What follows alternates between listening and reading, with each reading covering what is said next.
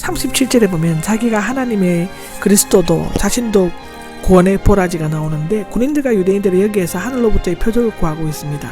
내가 유대인들의 왕이라면 당신은 그리스도가 아니요 강야에서 속삭인 마귀의 말과 비슷하다고 하는데, 그러나 교회는 그러한 표적을 행하지 않고 십자가에 못 박혀 그리스도를 선포해 왔다고 고린도전서 1장 22절 23절에는 말하고 있습니다. 9절과 43절에는 예수님께서 두 행악자와 대화를 나누신 것은 누가에만 기록되어 있습니다. 이 이야기는 인자는 잃어버린 것을 찾아 구원하러 왔다는 말씀과 맥을 같이 하고 있는데, 예수님께서는 십자가 위에서 고통스럽게 죽어가시는 순간에도 이런 약 한 마리를 구원하고 하셨다고 기록되어져 있습니다. 39절을 보면 하나가 예수님을 모독하였다가 나오는데 미알로형 으로 계속적으로 모독하는 것을 나타내고 있습니다. 중상적이고 모욕적인 뜻을 의미하는데, 무리와 대제사장들, 종교 지도자들, 로마 군인들이 조롱하였고 이제는 십자가에 함께 달린 행악자들까지 모독하였습니다. 온 우주가 인류의 죄를 담당하여 죄인으로 십자가에 달리신 예수님을 조롱하고 모독한 것이 되어 있습니다. 10절입니다. 40절에는 다른 행악자는 그를 꾸짖으며가 나오는데, 마태와 마가에는 두 강도가 예수님을 비난하고 욕한 것으로 되어 있으며 그 중 하나가 회개했다는 기록은 없습니다. 이 문제는 두 가지로 해결할 수 있는데, 첫째로는 처음에는 두 강도가 함께 예수님을 비난하고 욕했지만 그 중 하나가 회개하고 용서를 구했을 것이고, 두 번째는 하나는 욕했지만 마태와 마가에는 하나는 모독하였다라고 누가에는 그렇게 되어 있습니다. 즉 둘 다 극심한 고통에서 그리스도를 욕했지만 그 중 하나만이 모욕적인 말, 당신 자신과 우리를 구원해 보시오를 하면서 그를 모독했다는 것인데, 어느 견해가 옳다고는 할 수 없지만 한편 강도가 용서를 받고 구원을 받는 것만은 틀림이 없습니다. 그가 구원을 받은 증거가 세 가지가 나오는데, 첫째로는 다른 행악자들을 꾸짖었고, 두 번째로는 자신의 죄를 인정하고 예수님의 무죄를 변화하였고, 세 번째로는 그는 예수님을 천국으로 들어가게 하실 분으로 믿고 간구했습니다. 이것을 좀 더 자세히 보면, 첫째는 다른 행악자를 꾸짖었다는, 너는 똑같은 심판을 받았으면서도 하나님을 두렵지 않느냐. 아마도 그는 일찍이 예수님이 그리스도라는 말을 들은 적이 있었고 그에 대해 어느 정도 소문을 통해 알고 있었을 것입니다. 더욱이 그는 자기를 십자가에 못 박는 자들을 용서해 주십시오라고 기도하는 음성을 들을 수 있었습니다. 비로소 그는 참된 인간성이 되살아나기 시작했죠. 두 번째로는 자신의 죄를 인정하고 예수님의 무죄를 변호했다는데, 대개 흉악범들은 사형을 당하면서도 결코 자신의 죄를 누이치거나 인정하려 하지 않는다고 합니다. 이 사람은 자신의 죄를 인정했을 뿐만 아니라 모두가 예수님의 죄인이라고 할 때 무죄임을 변호하였습니다.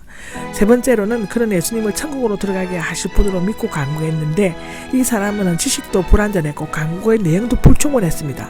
더욱이 그는 세례를 받은 일도 없고 이렇다 할 신앙생활이나 선행을 베푼 적도 없었을 것입니다. 그러나 그는 그 고통스러운 죽음의 마지막 순간에 믿음의 손을 내밀어 구원의 줄을 붙잡으려고 했다고 기록되어져 있습니다. 당신의 나라에는 나오는데 사본에 따라 되어 있는데 의미상은 큰 차이가 없다고 합니다. 굳이 세밀하게 번역한다는 경우에는 예수님께서 왕적인 능력을 가운데 오실 것을 의미하며 그리스도께서는 죽은 아버지의 나라로 돌아가실 것을 나타낸다고 합니다. 42절입니다. 기억해 주십시오가 나오는데, 좋은 것을 기억해 주십시오 또는 너그럽게 보아 주십시오를 의미합니다. 그는 예수님께서 거짓된 고발과 모함으로 죽어가시지만 자신을 그의 나라로 구원해 주시는으로 확신하고 있습니다. 43절에는 너는 오늘 나와 함께 낙원에 있을 것이다인데, 어느 날이 아니라 오늘입니다. 계획해 주는 것이 아니라 함께 낙원에 있을 것을 약속하셨습니다. 그는 여러모로 악행을 저지른 자였고 지식이나 믿음도 부족하고 보잘것없었지만 마음속 깊은 곳에서 우러나오는 회개와 믿음의 고백을 통해 즉각적인 구원과 낙원을 약속받았습니다. 이것은 오늘날 모든 믿는 자들을 구원하시는 구원의 원칙도 되는데요. 예수님은 회개하는 자를 즉시 구원하시고 함께 하시며 천국으로 이끄십니다. 낙원은 원래 페르시아 파사로서 울타리를 두른 공은 아름다운 정원의 뜻이 있고 70인역에서는 에덴 동산을 사용하고 있습니다. 창세기 2장 8절을 보면 그렇습니다. 외경과 위경에서 낙원은 이 세상 너머에 있는 축복의 땅을 의미하는데, 신약에서는 죽음과 부활 사이에 머무는 기쁨과 휴식의 장소로 의롭게 죽은 자들이 머무는 곳을 가리킨답니다. 고린도후서 12장 4절에도 나오고 요한계시록 2장 7절에도 나옵니다. 이 말은 아브라함의 품과 연관이 있는데 중간 상태인 연옥은 아닙니다. 연옥 사상은 성경적이 아닌 것이라고 기록되어져 있습니다. 16절입니다. 46절은 내 영을 당신의 손에 맡깁니다인데, 누가는 34절, 43절에 이어 십자가 위에서의 세 번째 말씀이자 마지막 말씀을 기록하고 있습니다. 소위 포기의 외침 엘리 엘리 라마 사박다니라고 하는데 그것은 생략되고 있고요. 다 이루었다.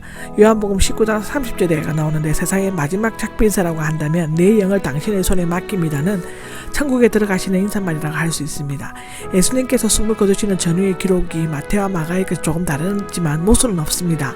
첫째로는 누가가 예수님께서 휘장이 찢어진 뒤에 숨을 거두는 것으로 되어 있는 것은 먼저 구속의 역사를 완수하신 것을 강조하기 위함이었고, 두 번째 엘리 엘리 라마 사바다니의 고뇌에서 참 부르짖음을 생략한 것은 담대하게 죽음을 받아들이고 하나님께 온전히 의탁하는 모습을 부각시키기 위함이었을 것입니다.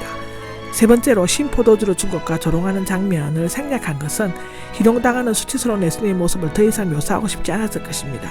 숨을 거두셨던데 마지막 숨을 내쉬는 숨을 거두었다를 의미하며 매우 분명하고도 간결하게 표현되어 있다고 성경은 말하고 있습니다.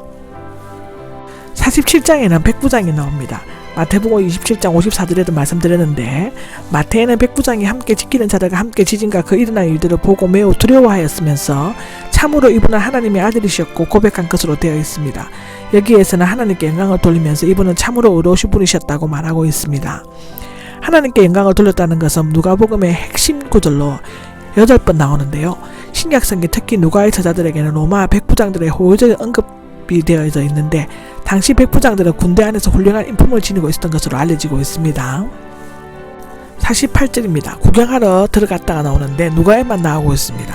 누가는 다른 복음서에서만 기록된 예수님의 죽으심을 목격한 사람들 외에 구경하러 몰려든 사람들이 있었고 그들은 모두 일어난 일들을 보고 가슴을 치우면서 돌아갔고 아마도 그들은 지도자들의 성동이나 군중 심리에 이끌려 온 사람들이었을 것이며 그들의 감정이 급변하여 달라져서 충격적인 슬픔을 안고 돌아갔다고 볼 수 있습니다.